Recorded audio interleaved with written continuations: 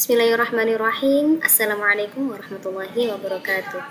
Halo teman-teman, di sini saya akan menyampaikan materi pembelajaran tentang Makkiyah dan Madaniyah, mata kuliah Studi Quran Hadis dengan dosen pengampu Bapak Dr. Muhammad Fatani, MPDI. Sebelum saya melanjutkan materi pembelajaran ini, maka perkenalkan diri saya. Nama saya Bidai Syadillah, mahasiswi S1 Pendidikan Bahasa Arab Universitas Islam Negeri Sayyid Ali Rahmatullah Tulung Agung. Asal saya dari Jombang dan tinggal di Tulung Agung. Selanjutnya saya akan menyampaikan pembahasan materi dengan poin pertama, yaitu pengertian Makkiyah dan Madaniyah. Mungkin sebagian kalian sudah tahu apa itu Makkiyah dan Madaniyah. Dan dari sini saya hanya mengulas sedikit tentang pengertian Makkiyah dan Madaniyah. Para ulama berbeda pendapat dalam mendefinisikan Makkiyah dan Madaniyah. Ada 3 pendapat berbeda dari para ulama, diantaranya yang pertama berdasarkan tempat turunnya ayat, yang kedua berdasarkan khitab atau seruan ayat tersebut, dan yang ketiga berdasarkan waktu turunnya ayat tersebut. Yang pertama berdasarkan tempat turunnya ayat. Makkiyah diturunkan di Makkah dan sekitarnya, sedangkan Madaniyah diturunkan di Madinah dan sekitarnya. Makkiyah ialah suatu ayat yang diturunkan di Mekah dan sekitarnya, seperti ayat yang turun kepada Nabi Muhammad SAW di Mina, Arafah, Hudaybiyah, dan sekitarnya. Sedangkan Madaniyah ialah surat atau ayat yang diturunkan di Madinah dan sekitarnya, seperti ayat yang turun kepada Nabi Muhammad SAW di Badar, Uhud, dan lain-lain. Yang kedua, berdasarkan khitab atau seruan ayat tersebut. Makkiyah ialah ayat-ayat Al-Quran yang berisi seruan atau khitab terhadap masyarakat Makkah, dan Madaniyah ialah ayat Al-Quran yang berisi seruan atau khitab terhadap masyarakat Madinah.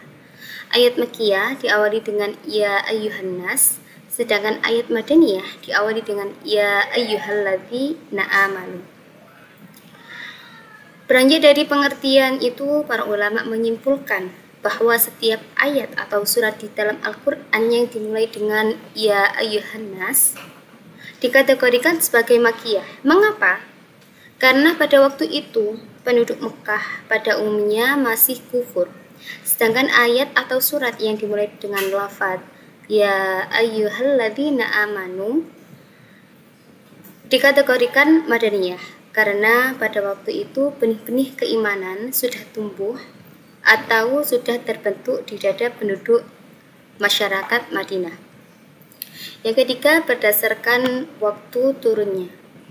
Makkiyah diturunkan sebelum Nabi SAW hijrah, sedangkan Madaniyah setelah Nabi Muhammad SAW hijrah. Poin kedua yaitu pengaplikasian ayat-ayat dan surat Al-Quran. Pada umumnya, para ulama membagi surah menjadi 2 kelompok, yaitu Makkiyah dan Madaniyah. Namun mereka berbeda pendapat dalam menetapkan jumlah pada masing-masing kelompok. Berikut pendapat para ulama. Yang pertama menurut Abu Bakar bin Hashar. Yang kedua menurut Imam Abu Syahbah. Menurut Abu Bakar bin Hashar, surah-surah Madaniyah yang disepakati oleh ulama berjumlah sekitar 20 surah, dan yang diperselisihkan ada 12 surah. Sedangkan surah Makkiyah disebutkan berjumlah 82 surat. Maka dari itu, semua jumlah ayat keseluruhannya ada 114 surat. Yang kedua, menurut Imam Abu Syahbah. Menurut Imam Abu Syahbah, membagi surah-surah dalam Al-Quran menjadi 4 bagian, di antaranya surah-surah Makkiyah murni, yang kedua surah-surah Madaniyah murni, yang ketiga surah-surah Makkiyah yang berisi ayat-ayat Madaniyah, yang keempat surah-surah Madaniyah yang berisi ayat-ayat Makkiyah. Apa sih maksud dari bagian-bagian tersebut? Yang pertama surah-surah Makkiyah murni. yaitu surah-surah Makkiyah yang seluruh ayatnya juga berstatus Makkiyah. Tidak satupun ada yang berstatus surah Madaniyah. Yang kedua, surah-surah Madaniyah murni, yaitu surah-surah Madaniyah yang seluruh ayatnya juga berstatus Madaniyah semua dan tak satupun ada yang surah Makkiyah. Yang ketiga, surah-surah Makkiyah yang berisi ayat-ayat Madaniyah, yaitu surah-surah yang sebetulnya kebanyakan ayatnya adalah Makkiyah sehingga berstatus Makkiyah, tetapi di dalamnya ada sedikit ayat yang berstatus Madaniyah. Yang keempat, surah-surah Madaniyah yang berisi ayat-ayat Makkiyah, yaitu surah-surah yang sebetulnya kebanyakan ayatnya adalah Madaniyah sehingga berstatus sebagai surah Madaniyah, tetapi di dalamnya ada sedikit ayat yang berstatus Makkiyah. Yang ketiga, cara mengetahui Makkiyah dan Madaniyah. Yang pertama, dengan cara sima'i nakli atau pendengaran seperti apa adanya, yaitu penentuan Makkiyah dan Madaniyah yang berdasarkan merujuk kepada riwayat-riwayat sahih dari para sahabat yang hidup pada saat itu dan menyaksikan turunnya wahyu, atau dari para tabi'in yang menerima dan mendengar dari para sahabat bagaimana, di mana, dan peristiwa apa yang berkaitan turunnya wahyu pada saat itu. Yang kedua, dengan cara qiyas ijtihadi atau qiyas hasil ijtihad, yaitu didasarkan pada ciri-ciri Makkiyah dan Madaniyah. Apabila dalam surat Makkiyah terdapat ayat yang mengandung sifat Madaniyah, maka itu termasuk surat Madaniyah. Sedangkan apabila dalam surah Madaniyah terdapat ayat yang mengandung sifat Makkiyah, maka itu termasuk surah Makkiyah.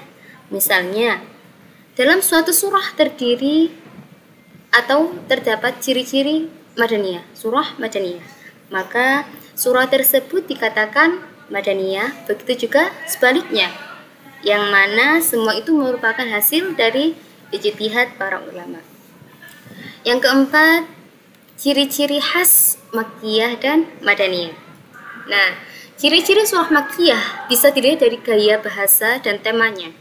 Yang pertama, ayat dan surah-surahnya pendek dan ringkas serta memiliki kesamaan cara penyampaian. Yang kedua, ayat atau surahnya berisikan seruan tentang dasar-dasar keimanan kepada Allah Subhanahu wa Ta'ala.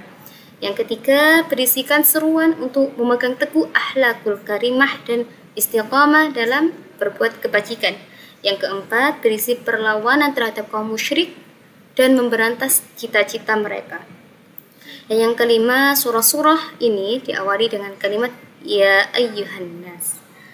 Yang kedua, ciri-ciri surah atau ayat Madaniyah adalah yang pertama, ayat dan surahnya panjang-panjang, ungkapannya tenang, cenderung prosais, yang ditujukan adalah akal pikiran. Yang ketiga, banyak mengemukakan bukti dan argumentasi mengenai kebenaran-kebenaran agama. Yang keempat, diawali dengan perkataan ya ayyuhalladzina amanu. Yang kelima, kebanyakan berisi hukum-hukum, menceritakan orang-orang mukmin dan membicarakan orang serta membicarakan orang yang berhijrah. Lalu yang kelima, manfaat mempelajari Makkiyah dan Madaniyah. Apa sih manfaat mempelajari Makkiyah dan Madaniyah ini?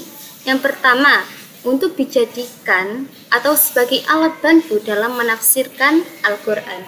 Yang kedua, dengan ilmu ini orang tahu mengenai persyariatan, hukum, dan proses terbentuknya sebuah hukum secara bertahap-tahap.